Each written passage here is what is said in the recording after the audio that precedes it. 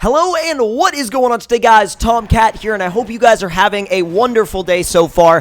Thank you for tuning into the video, and in this one, we are going to be talking about the fact that Need for Speed has put a countdown on their website, and I know that some of you guys may have seen this news being circulated a little bit earlier, but regardless, if you haven't yet, then allow this to be your introduction to it. Now, as of recording this video, there are almost exactly 2 days left to go on this countdown, which means that on August 14th, all or maybe some will be revealed. Now, I'm very curious to see what's going to happen here because, as you guys know, it's been a while since we've seen a Need for Speed game. Obviously, it's been about a couple of years. Now, with that being said, I know that the Need for Speed community is very divided. It has been very divided for quite a long time, but the things that we seem to be able to agree on in the Need for Speed community are that we all want customization, and, well, almost all of us, majority of us anyway, want customization. The majority of us want open roads. The majority of us want a combination of open roads and cities and forests and mountains and things like that.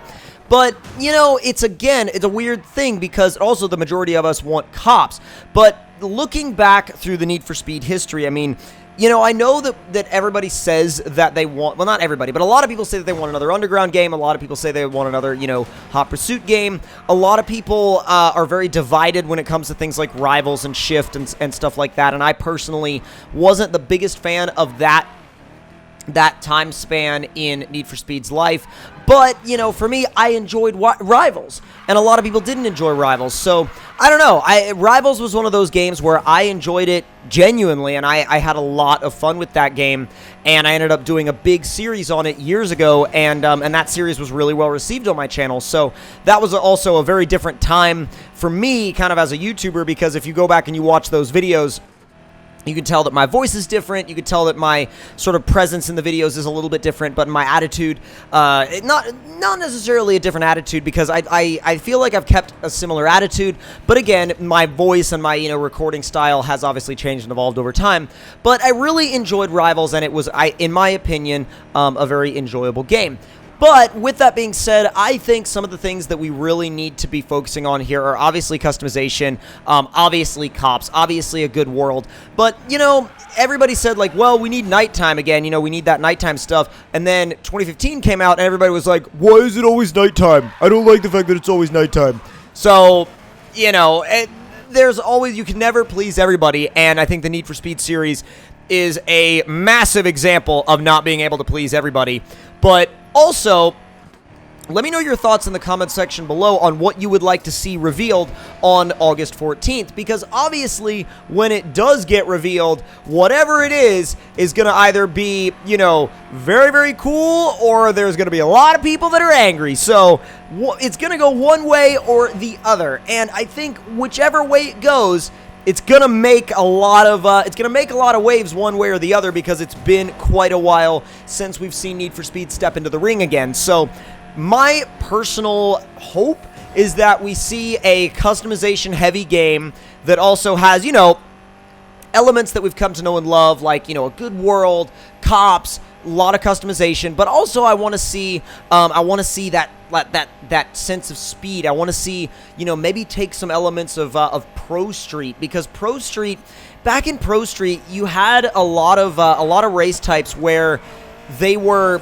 consequences, and the consequences were very real, and you were scared of them because they were intense, and those races legitimately, especially like as a little kid, you know, they were very frustrating, but they were also very rewarding. And I think that that's a fine line to walk, because there are some people that really don't like Pro Street because it's so frustrating. But I think because of the fact that Pro Street had that element of frustration and had that element of, like, almost sometimes a little bit of anger towards the game, made it all that much sweeter when you did eventually win. Now, I'm sure there are people that blazed through Pro Street like whatever, you know, it was no big deal. But I think for me, Pro Street really made you feel like you were there because it made you feel like there was real risk. Now, do I think that I want it back to the extent that Pro Street had? Maybe, maybe not, because I don't know if a game like Pro Street would fly today because of the way, you know, because of the shift in the type of gamers we have today. Now, I'm not saying that, you know, people don't like difficult games, but I'm also saying that, you know, I almost wonder if entry-level gamers would see a game like Pro Street today and go, oh my god, this is way too hard, and just put it down. And I think, yes, the hardcore people would enjoy it, but you also have to remember that these games have to apply to a massively wide audience, because at the end of the day, your game is, you know, a whole composition of your casual players, your middle-of-the-road players, and your hardcore players, and every game has that. You know, Need for Speed has that, Forza has that, every racing game does, Gran Turismo has that, they all do.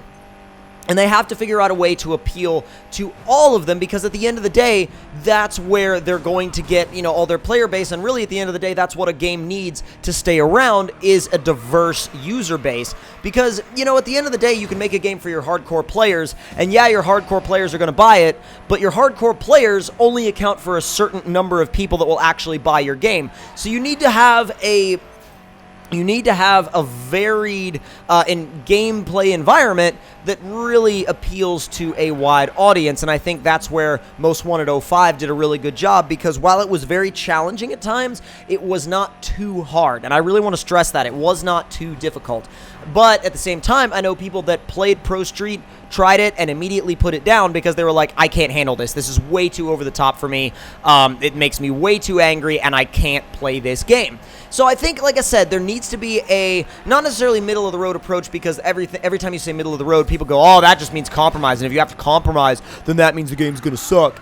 But I feel like the compromise needs to be woven into the framework and the fabric of the game, because when it's woven into the framework and the fabric of the game, then you can really kind of build up the difficulty as the game progresses, like Most Wanted 05 did, because Most Wanted 05, you started out in a crappy car with crappy cops in easy races that would just get progressively harder and progressively harder and progressively harder. Now, there were some outlier races that were just like way over the top difficult, but I think that's good because it adds that little extra, you know, sprinkling of extra challenge to the game, you know, where necessary. You know, it kind of forces you to get a little bit better at it, which in my opinion prepares you for what's to come later on in the game, because if you weren't ready for what came later in the game in Most Wanted 05, you were toast. You were done. You were just like, literally, you were just like, you know, you were basically fried at that point, because there's no way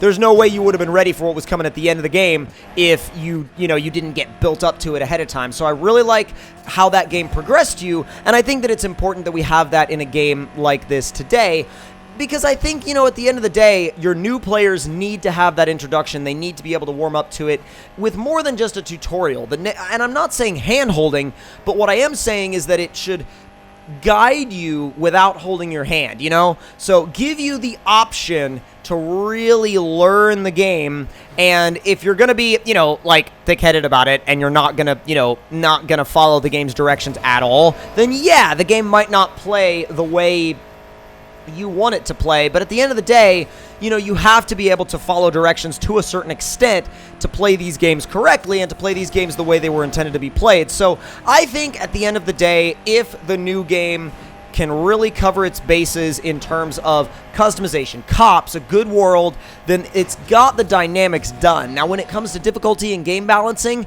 if it is able to roll new players into the game without being hand-holdy, and is able to appeal to the more hardcore players without seeming, you know, overly simple, I think they might have a really good balance on their hands there. Now, leave your speculation in the comment section below on where you think the game's going to be set, what kind of environment you think we're going to be dealing with, what kind of world you think you're going to be dealing with here, what kind of cars you think it's going to be focusing on, whether you think it's going to be, you know, day and night, and how you think that cycle is going to work, you know, what you would like to see, what customization elements you would like to see, because customization has always been at the forefront of Need for Speed, and Need for Speed has always been a leader in terms of, you know, big racing games, big racing titles that really champion customization. And I think with Need for Speed being a champion of customization, they have a lot to live up to, but they also have a very, very, very picky user base, because if that one body kit isn't there, you have this whole, you know, bit of the user base that's going to go, oh my god, the body kit's not there, grab your pitchforks, you know. So with a user base like that, it's very hard to please everybody, and there's always going to be people, like we see this in the Forza community all the time too. You know, when they announce a car, there's people that say, Oh my god, that car's a piece of crap. Why would you announce that? Why didn't you work on this? This is what I really wanted. You know, so at the end of the day, there will always be people that will complain about any game out there, or no matter what it is, but I'm really hoping for big things out of this upcoming Need for Speed game, and I want to know what you guys are thinking and what you guys are excited to see them possibly reveal on the 14th in a couple of days. So again, leave your thoughts down there in the comments below. Tell me what you're excited to see. I am going to be signing off now. Hope you all enjoyed this video. Subscribe for more, and trust me when I say that the closer we get to the release of this title, I will be all over it.